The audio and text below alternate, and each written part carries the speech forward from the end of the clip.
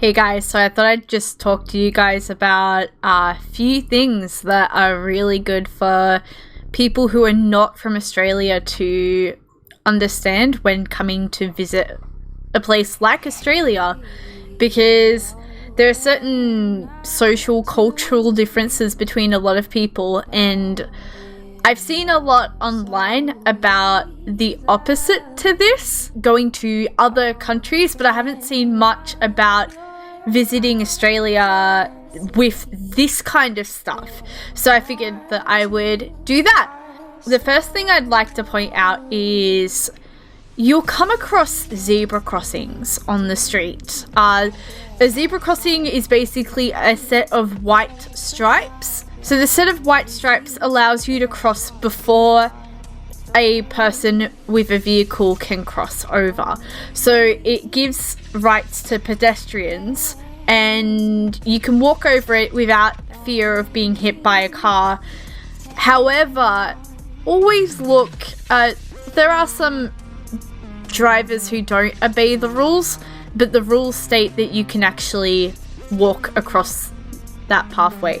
With escalators, you'll notice that in Australia, or at least in Victoria where I'm from, a lot of people will stand to the left of the escalator. Now, this is to allow people who want to go up faster. So the people who want to go up faster will go up the escalator on the right side. So they'll go quicker. You'll find the same on cars. In cars, like when you're driving, you go on the left side and then the people in the right lane of the left half of the road will be the ones driving faster. We call it a speed lane, essentially. Now with stairs, it can differ. Usually just follow the crowd, but try to stick to the left if there is no people going on the other side. But people will try and dart in around on the stairs. But usually, err on caution, stick to the left side. Now, also, you'll notice in some of these clips that I've supplied here, it's not always sunny. Sometimes it is sunny, but we also get quite cold as well. I've experienced 0 degrees Celsius before, but I've also experienced 46 degrees Celsius. Check your weather. If you're going in, say, summer, you can dress warm. If you're going in winter, maybe bring some winter clothing. Just keep it versatile. Now, I've heard a lot of people talk about how people eat. Now, with knives and forks, it can differ. Like, nobody's really fussy about it per se, but usually what we'll do is we'll hold the knife in one hand and the fork in the other hand and basically just chop things with the knife and keep things with the fork. We never put down our knife and fork or swap hands. Some people may, but it's unusual. I remember when I was a kid, I would always be told off for swapping hands. So now in Australia, sometimes we also tend to wear shoes inside. Not always. Some places don't like shoes inside. Usually the person who owns the house will tell you, or there will be a sign on the front of the door saying, please take off your shoes. It tends to be per household, so just keep that in mind when going to somebody's house. In Australia, also, tipping isn't really done here much. Some places will let you do it, but be wary, because if you try and tip some people, sometimes they will actually get in trouble for you trying to tip them. This actually would be with fast food chains and stuff like that. What can happen is the owner of those chains can actually see their footage and feel that these people are actually stealing money when that's not the case. So just be wary. I know a lot of people will be a little bit interested by that. Now, the next thing I'm going to talk about is train etiquette. Now, firstly, when you're waiting for a train, Allow everybody to get off the train first before you step on it. This is really important because we always allow people to get off first. It just makes trains go smoother, doors don't have to be open as long, and it's polite to do here. Now, you'll also notice that people will carry bags.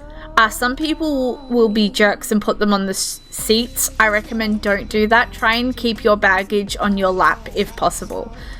And if there is a specialty seat and you see somebody who's either pregnant, has a disability, or even elderly or something like that, please give up that seat. That seat is designated for those people who need it.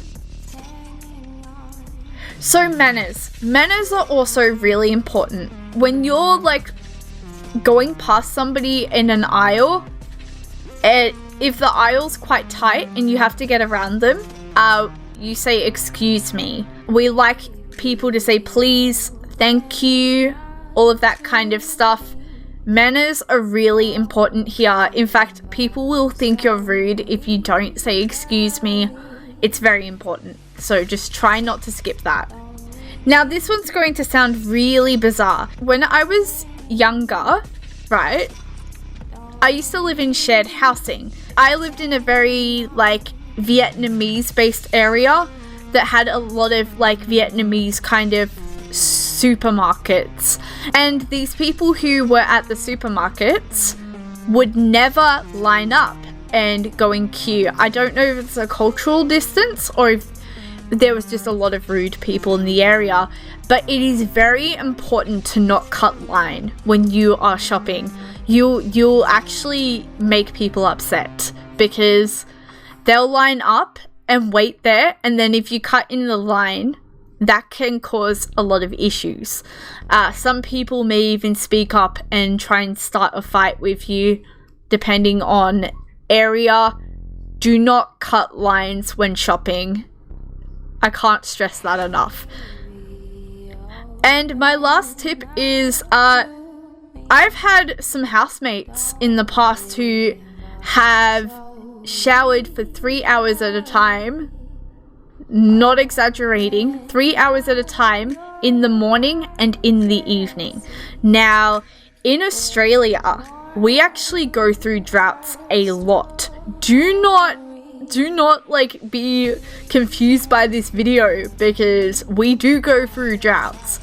I recommend to shower once a day for 30 minutes and that's it. Do not shower multiple times a day because we will be concerned because water restrictions are very, very important to us. We like to save water. We go through droughts all the time. Please do not do this because it's bad for the environment. It's bad for your skin. It removes your sebum layer. And it's just not healthy to shower that much. Just don't shower that much. You will concern some of us. Anyway, I hope those tips are helpful for anybody who comes to Australia. I hope you guys like this video because I thought it out very well and spoke to a few people. If you've got any more tips down there, or if you guys want to know anything else about Australia, feel free to put it down in the comments and I will try my best to answer them for you. Bye!